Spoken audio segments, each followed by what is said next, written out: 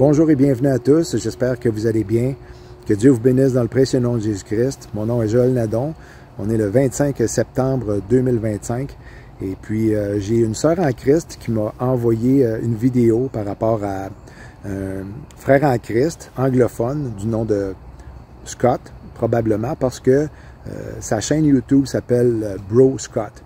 Et puis je vais laisser le lien dans la case sous la vidéo pour les intéresser.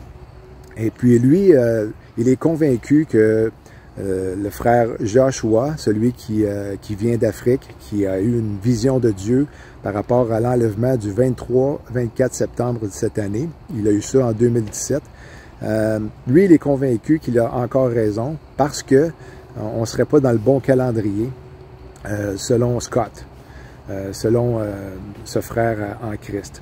Et puis, il l'a démontré par rapport à la parole de Dieu. Et puis, ça fait du sens. Et encore plus parce que c'est pas seulement le frère Joshua qui a eu une vision, mais plusieurs frères en Christ qui avaient eu des rêves ou des visions qu'il se passerait quelque chose, que l'enlèvement allait survenir le 23 septembre de cette année. Et puis, ce qu'il dit, lui, dans sa vidéo, c'est que, selon le psaume 81, verset 4, et puis moi, je vous fais la vidéo pour que vous la compreniez, pour ceux qui ne comprennent pas l'anglais, là. On va regarder dans la version Louis II. Alors, ça dit « Sonnez de la trompette à la nouvelle lune, à la pleine lune, au jour de notre fête. » Donc, si on va dans le dictionnaire Strong, le mot hébreu pour lune, à la pleine lune, c'est le mot keseh, numéro 3677. Et puis, selon le dictionnaire Strong de la Bible en ligne, EMCI-TV, ça veut dire pleine lune ou nouvelle lune.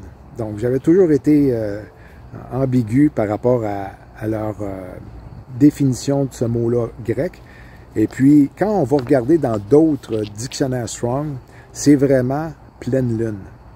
Dans Bible Hub, dans Blue Letter Bible, dans Bible Tools, ces trois sites-là en ligne disent clairement que c'est la pleine lune. Ça dit plénitude ou pleine lune. Même temps fixé. OK?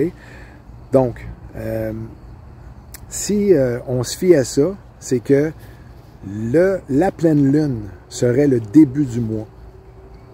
OK? Parce que même dans la version Summer et Second 21, c'est écrit au début du mois. Donc, ça devient de plus en plus clair là, pour moi. Et puis, si on va maintenant dans Lévitique 23, versets 23 et 24, qui parle justement de la fête des trompettes, et puis en passant, c'est 23-24, les versets, pour le 23-24 septembre. Ça n'a rien à voir, mais c'est quand même spécial que ça soit le 23-24. On nous dit, la parole nous dit, l'Éternel parla à Moïse et dit, parle aux enfants d'Israël et dit, le 7e mois, le premier jour du mois, vous aurez un jour de repos, publié au son des trompettes et une sainte convocation. Donc, est-ce que, étant donné que le début du mois serait la pleine lune, est-ce que on n'aurait pas été trompé tout ce temps-là, parce que la majorité des chrétiens vont se fier au calendrier grégorien. C'est sûr qu'on a toujours pensé que, même ma conjointe hier, elle l'a mentionné, que les calendriers, on ne pouvait pas se fier dessus. Eh bien, c'est ça. Ça nous montre que ça pourrait être le cas. Donc, si on se fie au calendrier julien, il y aurait 13 jours de différence entre le julien et le calendrier grégorien. Et puis, justement, si on va dans le site web webcal.guru, et puis on tape la conversion entre le calendrier grégorien et julien, on arrive pour le 23-24 septembre grégorien au 6-7 octobre de cette année. Et puis, ce qui se trouve à être justement le 7 octobre 2025 pour une pleine lune, selon le site web pleinelune.org. Donc, est-ce que Jésus aurait donné des visions et des rêves pour le 23-24 septembre selon notre calendrier, ou plutôt selon le calendrier julien? Et c'est le pourquoi que plein de gens ont eu le 23-24 septembre, mais pensant que c'était le calendrier grégorien.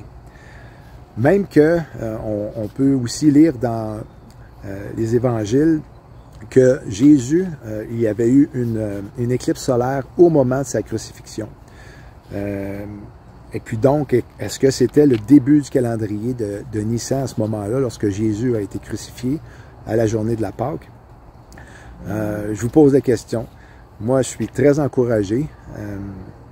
C'est sûr que là, je vais faire une vidéo complémentaire à ça. Je voulais vous partager ces informations-là le plus rapidement possible pour que ceux qui sont un petit peu déprimés par rapport à qu'on n'ait pas été enlevé le 23-24 cette semaine, pour que justement vous ayez une autre espérance. C'est sûr qu'on ne met pas notre foi en une date, on met notre foi en Jésus, mais les dates font en sorte que on peut s'être encouragé, surtout si l'on peut les mettre en lien avec la parole de Dieu. Donc, est-ce que le calendrier julien était le calendrier selon lequel, du temps de Jésus, lorsque Jésus est venu la première fois? Donc là, je vais faire des recherches par rapport à d'autres dates, c'est sûr, parce que moi, j'étais intéressé à savoir, par rapport à la fête des expiations en 2032, si on est enlevé cette année, si on enlève 7 ans de la fête des expiations, parce que Jésus, il faut nécessairement qu'il accomplisse la fête. Il les a accomplis, les 4 premières, selon Lévitique 23, la même année, lors de sa première venue. Donc, sa deuxième venue va faire en sorte qu'il va accomplir les 3 autres, les 3 dernières fêtes, selon Lévitique 23.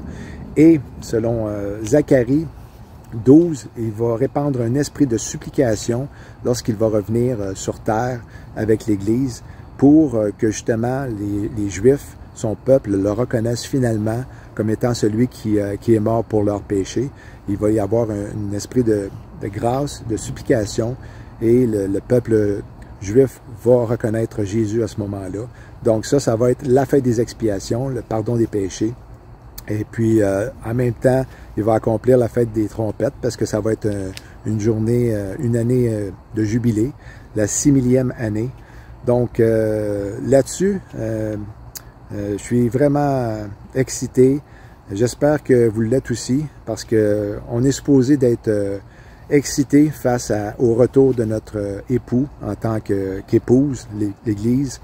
Et puis, ça nous indique que ça pourrait être le temps, le vrai temps de Dieu. Et puis, comme dans Apocalypse 3.3 nous dit, on est supposé connaître le jour et l'heure selon ce verset-là. Ceux qui ne surveillent pas, ils ne le connaîtront pas. Alors, est-ce que ceux qui ont perdu la foi, ceux qui ne surveillent plus face à son retour, face à l'enlèvement, est-ce que ceux-là vont être pris de court? Est-ce qu'ils vont être comme quand Jésus va revenir comme un voleur dans la nuit pour ces gens-là, parce qu'ils ne surveilleront plus? Ben, ça se peut parce qu'il faut que